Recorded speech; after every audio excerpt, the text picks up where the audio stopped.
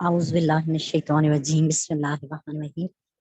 الصلاۃ والسلام علیک یا سیدی یا رسول اللہ وعلی آلک واصحابک یا سیدی یا نبی اللہ۔ جی آج کی ہماری ریکارڈنگ میں کچھ مسنگ ہے اور بیچ میں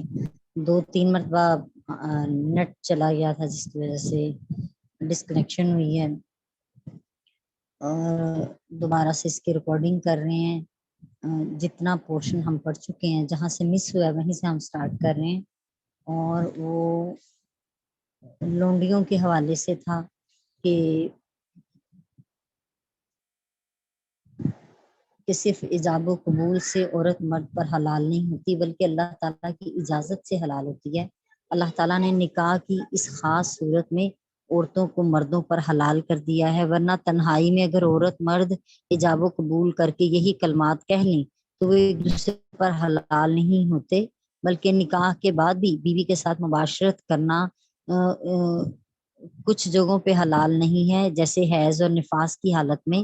یعنی ماہواری کے دنوں میں اور چھلے کے دنوں میں۔ تو اللہ تعالیٰ نے اس کو بیوی سے مباشرت کی اجازت نہیں دی ان دنوں کے لیے، اس لیے ان ایام میں بیوی سے مباشرت کرنا مرد کے لیے جائز نہیں۔ اس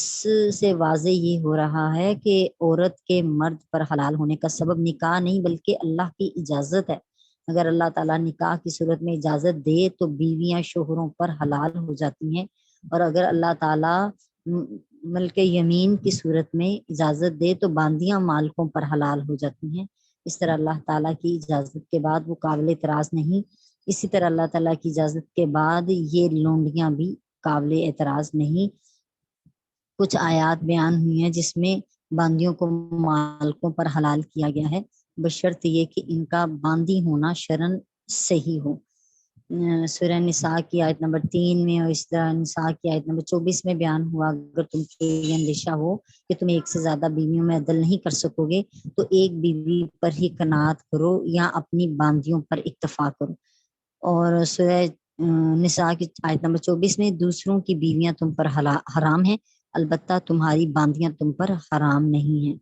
سورہ مومنون میں آیا کہ وہ لوگ جو اپنی شرمگاہوں کی حفاظت کرتے ہیں البتہ بیویوں اور باندیوں سے مباشرت کرنے میں ان پر ملامت نہیں ہے۔ ان کے علاوہ بھی قرآن مجید میں بہت سی آیات ہیں جن میں باندیوں کے ساتھ مباشرت کی اجازت دی گئی۔ اب صرف ایک بات باقی رہتی ہے کہ عقد نکاح میں عورت اپنے اختیار سے یہ عقد کرتی ہے، یعنی یہ گرہ نکاح کی گرہ باندھتی ہے، یعنی اس کی رضا شامل ہونا لازم ہے، جبکہ جو باندھی ہے اس کو ہبہ کیا جاتا ہے یا اس کو فروخت کیا جاتا ہے تو اس میں اس کا اپنا کوئی اختیار نہیں ہوتا۔ اس کا ایک جواب یہ ہے کہ مسلمانوں کے خلاف جنگ کرنے کی پاداش میں بطور سزا اس کا یہ اختیار سلب کر لیا گیا ہے۔ دوسرا جواب اس کا یہ ہے کہ جب سے دنیا میں لونڈی اور غلام بنانے کا رواج ہوا، لونڈیوں کے ساتھ یہی معاملہ روا رکھا گیا ہے، اس لیے اگر کافر مسلمانوں کے سے یہ معاملہ کریں گے تو ان کے ساتھ بھی عمل مکافات یعنی بدلے کا جو عمل ہے وہ ایسا ہی رکھا جائے گا جیسا وہ کریں گے۔ لیکن جو شخص کسی باندی کے ساتھ مباشرت کرتا ہے وہ اس سے اس کی اولاد ہو جاتی ہے تو اس کی حقیقی اولاد ہے اور اس کی وارث بھی ہے، اور وہ باندی ام الولد ہو جائے گی، اور اس شخص کے مرنے کے بعد وہ باندی آزاد ہو جائے گی۔ اسلام نے غلامی کے رواج کو ختم کرنے کے لیے بہت سے اقدامات کیے ہیں اور غلاموں کو آزاد کرنے کے لیے بھی بہت سی بشارتیں دی ہیں، جس کا تذکرہ ہم آگے سورہ نساء میں پڑھیں گے انشاءاللہ تعالی۔ یہاں پہ سورہ نساء کی آیت نمبر 24 میں ہی کہ اور اللہ کا حکم ہے اور ان کے علاوہ سب عورتیں تم پر حلال کی گئی ہیں کہ تم اپنے مال مہر کے عوض ان کو طلب کرو۔ صحیح بخاری اور صحیح مسلم میں حضرت سہل بن سعد رضی اللہ تعالیٰ عنہ سے یہ حدیث مروی ہے کہ ایک عورت نے اپنے آپ کو نبی کریم علیہ السلام کے لیے ہبا کر دیا۔ ایک شخص نے جب دیکھا کہ آپ سرکار دو عالم علیہ السلام کو اس عورت سے کوئی حاجت نہیں تو اس نے نبی کریم علیہ السلام سے عرض کیا کہ کیا آپ اس عورت سے میرا نکاح کر دیجئے۔ جب اس شخص کو مہر کے لیے کچھ نہ ملا تو آپ نے اس سے پوچھا تمہیں کتنا قرآن یاد ہے؟ اس نے کہا مجھے فلاں فلاں صورت یاد ہے۔ ہم نے فرمایا تمہیں جو قرآن یاد ہے اس کے سبب سے میں نے تمہارا اس عورت سے نکاح کر دیا۔ اس سے معلوم ہوا تعلیم قرآن بھی مہر ہو سکتی ہے، اور اس کا جواب یہ ہے کہ تعلیم قرآن مہر کا بدل نہیں ہو سکتی۔ آپ کا ارشاد کا مطلب یہ ہے کہ میں نے قرآن مجید کی تعظیم کی وجہ سے تمہارا اس سے نکاح کر دیا ہے اور اس شخص پر مہر مثل واجب تھا۔ قرآن مجید سورہ النساء کی آیت نمبر 24 میں آگے اللہ پاک ارشاد فرما رہے ہیں، پھر جن عورتوں سے نکاح کر کے تم نے مہر کے عوض تمتع کیا ہے یعنی لذت حاصل کی ہے تو ان عورتوں کو ان کا مہر دے دو۔ اچھا جی، کیونکہ یہاں پہ لفظ تمتع استعمال ہوا ہے جس کا اسی آیت سے اہل تشیع جو ہیں وہ نکاح متاع کا جواز نکالتے ہیں، جبکہ اس کے حوالے سے آپ کو تھوڑا سا بتا دیتے ہیں کہ صحیح مسلم میں حضرت ابن مسعود، حضرت ابن عباس، حضرت جابر، حضرت سلمہ بن اکو اور حضرت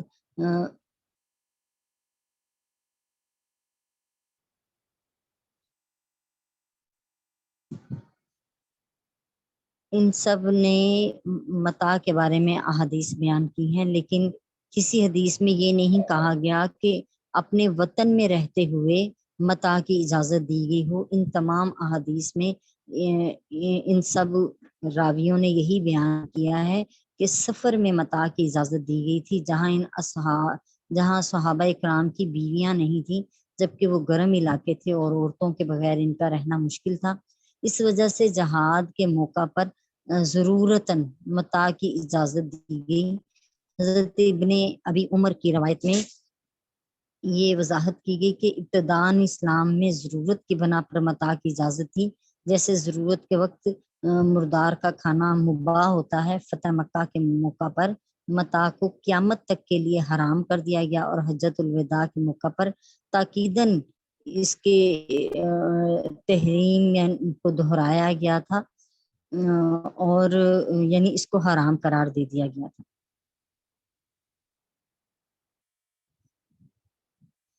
دوسرا یہاں پہ اگر اس کا معنی یہ کہ جی جمع کے بعد مہر واجب ہوتا ہے تو یہ بات صحیح نہیں ہے، کیونکہ جو ایسی عورت جس کی ابھی مباشرت نہ ہوئی ہو، اپنے شوہر کے ساتھ رات بھی نہ گزاری ہو، ایسی عورت کے لیے بھی نصف مہر واجب ہوتا ہے، لہٰذا اس کا صحیح معنی ہی سمجھنا چاہیے۔ قرآن مجید میں حرمت متاع پر جو دلیل ہے وہ پیش کر رہے ہیں، جو عورتیں تم کو پسند ہیں ان سے نکاح کرو، 2 3 3 اور 4 4، اور اگر تمہیں یہ خدشہ ہو کہ ان کے درمیان صاف نہیں کر سکو گے تو صرف ایک نکاح کرو یا اپنی کنیزوں پر ہی اتفاق کرو۔ یہ آیت سورہ نساء سے لی گئی ہے جو مدنی صورت ہے اور ہجرت کے بعد نازل ہوئی۔ اس آیت میں اللہ تعالیٰ نے قضائے شہوت کی صرف 2 صورتیں بیان کی ہیں، وہ یہ کہ 1 سے 4 تک نکاح کر سکتے ہو، اور اگر عدل قائم نہ کر سکو تو پھر اپنی باندیوں سے نفسانی خواہش پوری کر سکتے ہو،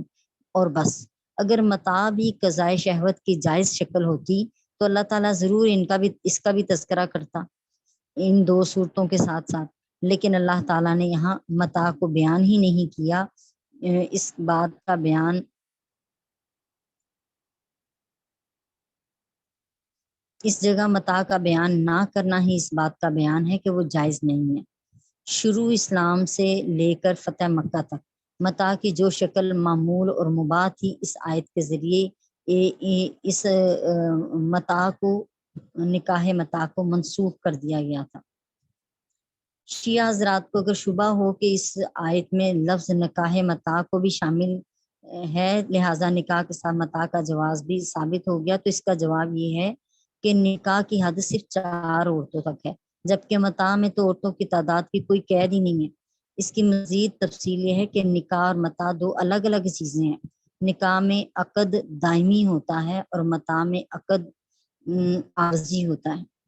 نکاح میں عقد دائمی ہوتا ہے جبکہ متاع میں عقد عارضی ہوتا ہے۔ نکاح میں منکوحات کی تعداد محدود ہے، یعنی حد صرف 4 عورتوں تک ہے، جبکہ متاع میں اس کی کوئی حد نہیں ہے۔ نکاح کے اندر نفقہ اور رہائش اور نسب اور میراث یہ سب لازم ہے، اور اسی طرح ایلا اور زہار اور لعان اور طلاق یہ بھی سب موجود ہے نکاح میں، جبکہ متاع میں ان میں سے کوئی بھی کام نہیں آتا، لہٰذا نکاح اور متاع 2 الگ الگ حقیقتیں ہیں۔ سورہ نساء کی آیت نمبر 25 میں ہے، اور جو شخص تم میں سے آزاد مسلمان عورتوں سے نکاح کرنے کی استطاعت نہ رکھتا ہو وہ مسلمان کنیزوں سے نکاح کر لے، اور یہ حکم اس شخص کے لیے ہے جسے غلبہ شہوت کی وجہ سے اپنے اوپر زنا کا خدشہ ہو، اور اگر تم صبر کرو تو یہ تمہارے لیے زیادہ بہتر ہے۔ اس آیت میں غلبہ شہوت رکھنے والے شخص کے لیے صرف 2 طریقے تجویز کیے گئے ہیں، ایک یہ کہ وہ باندھیوں سے نکاح کرے، دوسرا یہ کہ وہ ضبط نفس کریں اور اپنی زندگی جو ہے وہ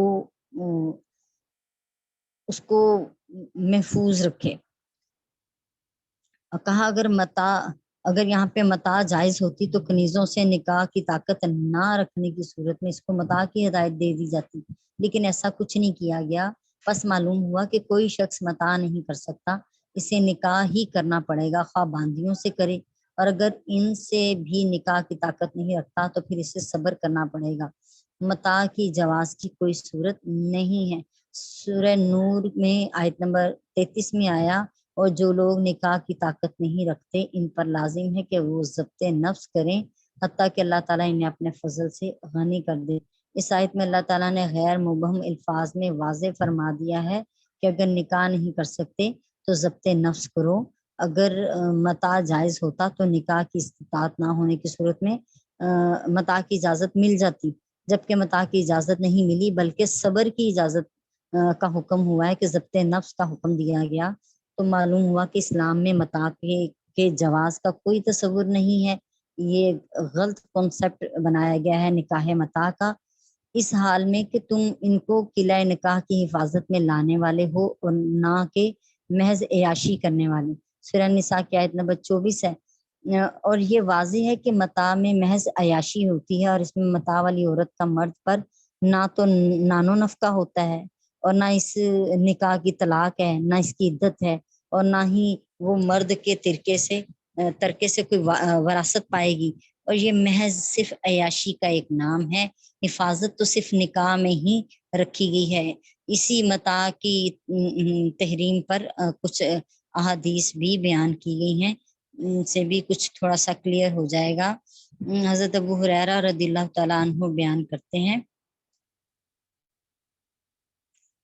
پہلے صحیح بخاری شریف کی حدیث پاک سن لیتے ہیں جی۔ امام محمد بن اسماعیل بخاری روایت کر رہے ہیں، حضرت علی ابن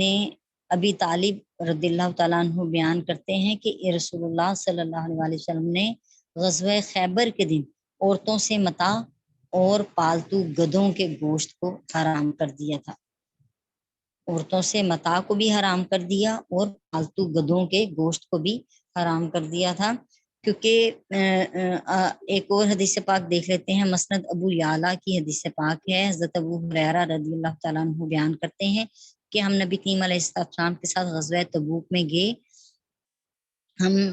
تسنیۃ الوداع پر اترے تو رسول اللہ صلی اللہ علیہ وسلم نے چراغوں کو دیکھا اور عورتوں کو روتے ہوئے دیکھا۔ آپ نے پوچھا یہ کیا ہے؟ بتایا کہ جن عورتوں سے متاع کیا گیا تھا وہ رو رہی ہیں۔ آپ نے فرمایا نکاح، طلاق، عدت اور میراث نے متاع کو حرام کر دیا ہے، کیونکہ متاع میں نہ طلاق ہے، نہ عدت ہے، نہ میراث ہے، نہ اس کو نکاح کہتے ہیں، بلکہ اس میں عورت کا نان و نفقہ بھی واجب نہیں، اور نہ ہی متاع والی عورت پر کوئی طلاق لگتی ہے، کیونکہ قرآن مجید میں بیویوں کی وراثت بیان کی گئی اور متاع والی عورت کی کوئی وراثت بیان نہیں کی گئی۔ حضرت جابر بن عبداللہ انصاری رضی اللہ تعالیٰ عنہ بیان کرتے ہیں، ہم باہر گئے اور ہمارے ساتھ وہ عورتیں تھیں جن کے ساتھ ہم نے متاع کیا تھا۔ جب ہم سنیت الرکاب پر پہنچے تو ہم نے کہا یا رسول اللہ صلی اللہ علیہ وسلم، یہ وہ عورتیں ہیں جن سے ہم نے متاع کیا تھا۔ آپ نے فرمایا یہ قیامت تک کے لیے اب حرام کر دی گئی ہیں۔ ربیع بن مرہ اپنے والد سے روایت کرتے ہیں کہ میں نے دیکھا کہ رسول اللہ صلی اللہ علیہ وسلم حجر اسود اور باب کعبہ کے درمیان کھڑے ہوئے تھے۔ آپ نے فرمایا سنو اے لوگو، میں نے تم کو متاع کرنے کی اجازت دی تھی، سنو اب اللہ تعالیٰ نے متاع کو قیامت تک کے لیے حرام کر دیا ہے، سو جس شخص کے پاس ان عورتوں میں سے کوئی عورت ہے تو اس کو چھوڑ دے، اور جو کچھ اس کو دیا ہے اس سے واپس نہ لے۔ سعید بن مسیب بیان کرتے ہیں کہ اللہ تعالیٰ حضرت عمر پر رحم فرمائے، اگر وہ متاع کی حرمت نہ بیان کرتے تو علل اعلان زنا ہوتا۔ حضرت عبداللہ بن زبیر رضی اللہ تعالیٰ عنہما نے خطبہ دیتے ہوئے فرمایا، سنو متاع جو ہے وہ زنا ہے، اللہ معاف فرما دے۔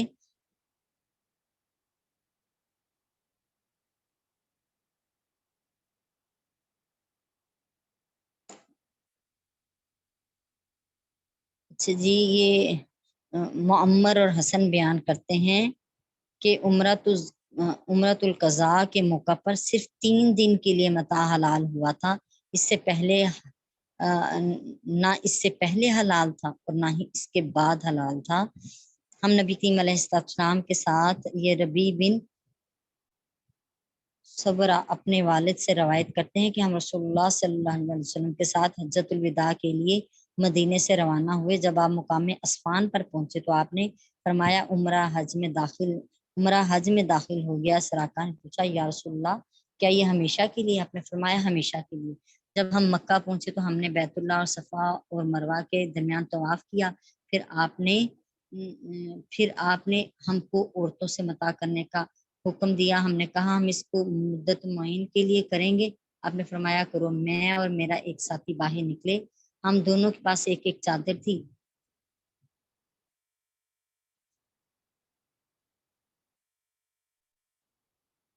لہٰذا ان سب روایات سے یہ بات ظاہر ہو گئی کہ صرف 3 دن کے لیے یہ جنگ کی حالت میں ظاہر کیا گیا تھا، اس کو جس کی اجازت دی گئی تھی، لیکن اس کے بعد اس کو ختم کر دیا گیا تھا اور حرام قرار دے دیا گیا قیامت تک کے لیے۔ اب یہ نکاح متاع حرام ہے، اس کا کوئی جواز نہیں ملتا، نہ ہی قرآن پاک سے اس کی کوئی آیت ملتی ہے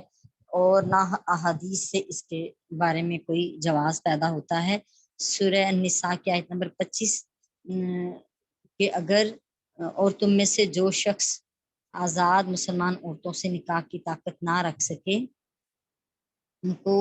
تو وہ مسلمانوں کی مملوکہ مسلمان باندیوں سے نکاح کر لے۔ امام ابو حنیفہ کے نزدیک آزاد مسلمان عورت سے نکاح کی قدرت کے باوجود باندی یا کتابیہ باندی سے نکاح کرنا مکروہ ہے، کیونکہ باندی کی اولاد بھی اس کے مالک کی غلام ہو جاتی ہے، اور ایک آزاد شخص کے لیے یہ بڑے عار کا باعث ہے کہ اس کی اولاد لونڈی یا غلام بن جائے۔ امام اعظم کے نزدیک آزاد مسلمان عورت کے ہوتے ہوئے باندی سے نکاح جائز نہیں ہے۔ اہل کتاب باندیوں سے نکاح کے جواز پر امام ابو حنیفہ کی دلیل یہ ہے کہ اللہ تعالیٰ نے محرمات کے علاوہ ہر عورت سے نکاح کرنے کو حلال قرار دیا ہے، ماں سوائے ان کے جن کی کتاب اللہ میں تخصیص کر دی گئی، یعنی جن کو مخصوص کر دیا گیا ہے ان کے لیے۔ اہل کتاب باندی کی تخصیص نہیں کی گئی۔ یہ آیت ہے کہ تو وہ اپنی پسند کے مطابق عورتوں سے نکاح کر لیں، ان محرمات کے سوا باقی تمام عورتیں تمہارے لیے حلال کر دی گئی ہیں، جو کہ ہم پیچھے پڑھ کے آئے ہیں۔